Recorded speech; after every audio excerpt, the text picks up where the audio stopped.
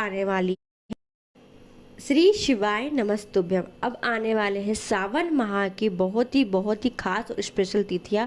जी हाँ, महिलाओं के लिए तो बहुत विशेष तिथि है, क्योंकि शनिवार को 26 जुलाई को है सिंधारा दूज, साथ में 27 जुलाई को है हरियाली तीज, और फिर आने वाली है नाग पंचमी। गुरुजी पंडित जी प्रदीप मिश्रा जी द्वारा बताए गए इन विशेष तिथि के बहुत ही विशेष उपाय जो आप कर सकते हैं। तो चलिए वीडियो शुरुआत करते हैं। स्वागत है मोदी दी ऑफिशियल चैनल पर। अगर आप लोगों ने अभी तक चैनल को सब्सक्राइब नहीं कर रखा है तो प्लीज़ चैनल को सब्सक्राइब कीजिएगा और कमेंट में श्री शिवाय नमस्तुभ्यम हर हर महादेव तो अवश्य टाइप कीजिएगा। पहला उपाय, यह उपाय आपको करना है 26 जुलाई को सिंधारा दूज के दिन। जी हाँ, अगर आपके जीवन काल में, जी हाँ, आपके जीवन काल में ऐसा चल रहा है कि पति और पत्नी में प्रेम समाप्त हो गया है, कलेश होता रहता है, बात डिवोर्स तक पहुंच गई है, या विवाह का संबंध ऐसा लग रहा है कि टूट रहा है, जी हाँ, बहुत कलेश होता है, बहुत लड़ाई होती है, तो आप सिंधारा दूज के दिन यह विशेष उपाय करके देखिएगा। पति और पत्नी कोई भी इस विशेष उपाय को कर सकता है। यकीन मानिएगा, आपका जो वैवाहिक जीवन है वो सुख में निकलेगा, और साथ में आपका जो विवाह जीवन में समस्या चल रही है वह भी दूर हो जाएगी। करना है क्या है, आपको लेना है सिंदूर रखने का आता है, जिसमें सिंदूर वगैरह रखा जाता है, जिसे कहा जाता है सिंदूरा। जी हाँ, आप फोटो में देख सकते हैं। ये सिंदूरा आपको लेकर आना है। जी हाँ, इस सिंदूरे में आपको सिंदूर या कुमकुम जो भी आप भर सकते हैं भर लीजिएगा।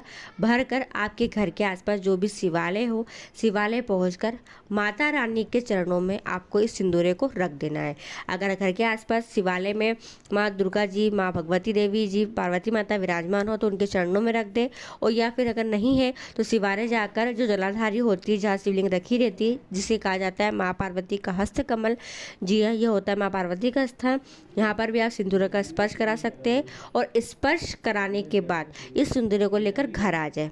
आप ध्यान सुनिएगा, अगर पति यह उपाय कर रहे हैं तो सिंदूर क्या करें, लेकर आए, और लेकर आकर आप अपने अलमारी में, तिजोरी में, लॉकर में आप रख लीजिएगा व्यवस्थित स्थान पर। और अगर पत्नी इस उपाय को कर रही है तो सिंदूरा घर लाकर उस सिंदूर में जो कुमकुम भरा है, जो सिंदूर भरा है, कुछ भी भर सकते हैं, कुमकुम या सिंदूर जो भरा है उससे अपनी मांग भर ले। और रोज़ कोशिश करें कि 10 दिन तक, 11 दिन तक उसी सिंदूर से अपनी मांग भरे। यकीन मानिएगा, आपका वैवाहिक जीवन सुखमय निकलेगा। जो लड़ाई झगड़े कलेश होते हैं वह समाप्त हो जाएंगे, प्रेम बढ़ेगा।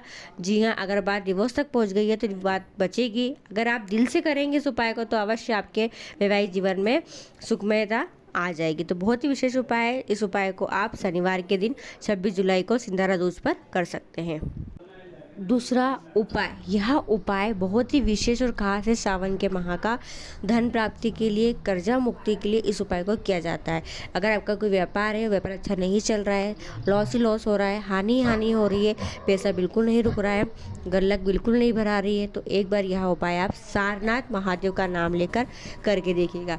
इस उपाय को आप शनिवार के दिन, जी हाँ, सिंधारा दूज के दिन करिएगा। बहुत ही खास और विशेष उपाय है धन प्राप्ति के लिए। जी हाँ, कैसी भी स्थिति हो आपकी स्थिति अवश्य सुधरेगी। तो करना क्या है, आपको लेना है 5 बेलपत्री। जी हाँ, 5 बेलपत्री, 5 कनेर के पुष्प, पीला जो कनेर आता है वह 5 कनेर के पुष्प, और साथ में आपको लेना है 5 द्रुबा। जी हाँ, द्रुबा, और आपको लेना है 1 चुटकी काली तिल।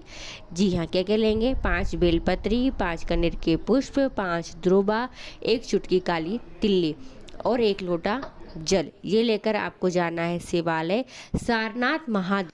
हाँ जी, सारनाथ महादेव का नाम लेकर आपको करना क्या है, सबसे पहले सामग्री को, बेलपत्री को, कनेर के पुष्प को, द्रुबा को, काली तिल्ली को महादेव के शिवलिंग पर समर्पित कर देना।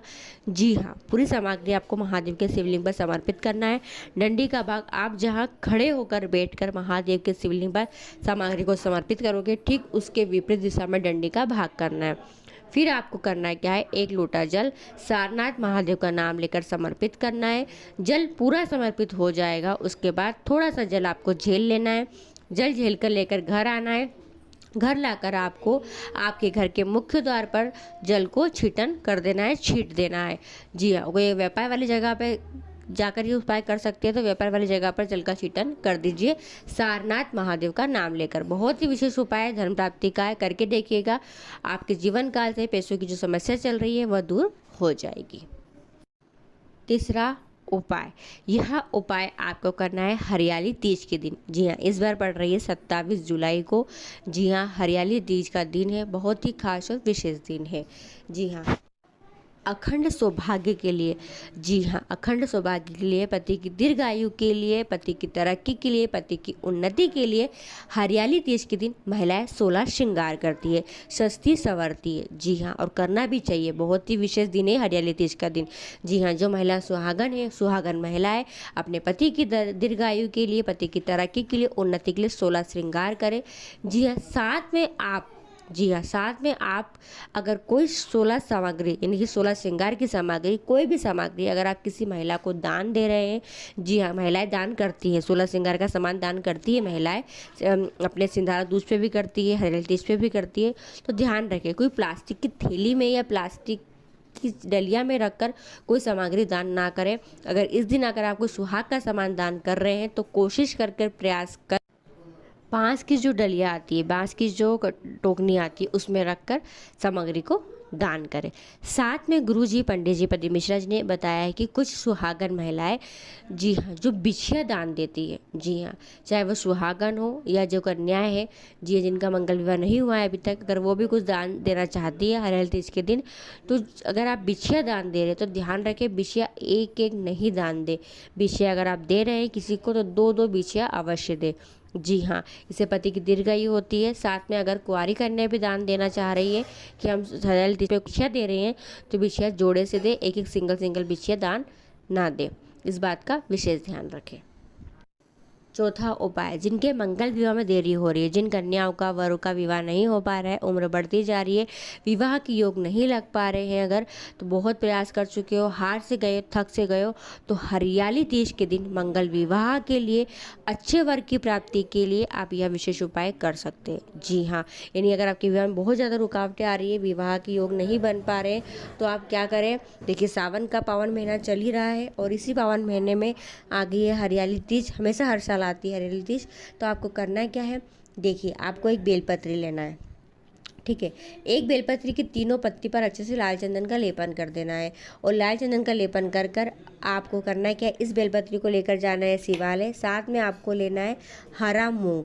जी, हरा मूंग कितने दाने हैं, तो एक हरा मूंग ले ले या फिर 7 हरे मूंग ले ले, जितना आपसे कोशिश करके बन पड़े अब उतने हरे मूंग के दाने ले लीजिएगा। अब बेलपत्री और हरा मूंग का दाना लेकर आप जाए शिवालय पहुंचकर आपको करना है क्या है, महादेव की सबसे छोटी पुत्री माँ अशोक सुंदरी के स्थान पर अपना नाम और अपना गोत्र बोले।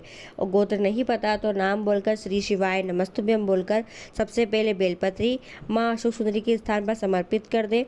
डंडी का भाग जहाँ से जल भेजा जाता है उस दिशा में करें और उसी बेलपत्री के ऊपर आपको हरे मूंग के दाना समर्पित कर देना है। एक चाहो तो एक कर दो, 7 चाहो तो 7 कर दो। तो बहुत ही विशेष उपाय है मंगल विवाह के लिए। हरियाली तीज के दिन इस उपाय को करके अवश्य देखिएगा।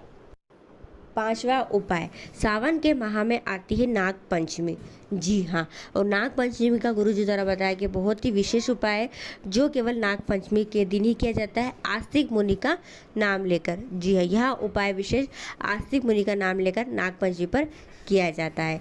जी हाँ, देखिए, कुछ लोगों की सोच ऐसी है कि नाग पंचमी के दिन नाग देवता की पूजा की जाती है, पर नाग पंचमी के दिन नाग देवता की पूजा विष्णु भगवान के रूप में की जाती है। जी हाँ, क्योंकि इस दिन विष्णु भगवान महादेव से मिलने के लिए जब सृष्टि का कार्यभार महादेव संभालते हैं, सावन के महीने में धरती पर आते हैं, पृथ्वीलोक पर आकर कार्यभार संभालते हैं, कार्यभार को संभालते हैं, तब विष्णु जी हाँ, तो विष्णु भगवान नाग देवता के रूप में महादेव से मिलने आते हैं धरती पर।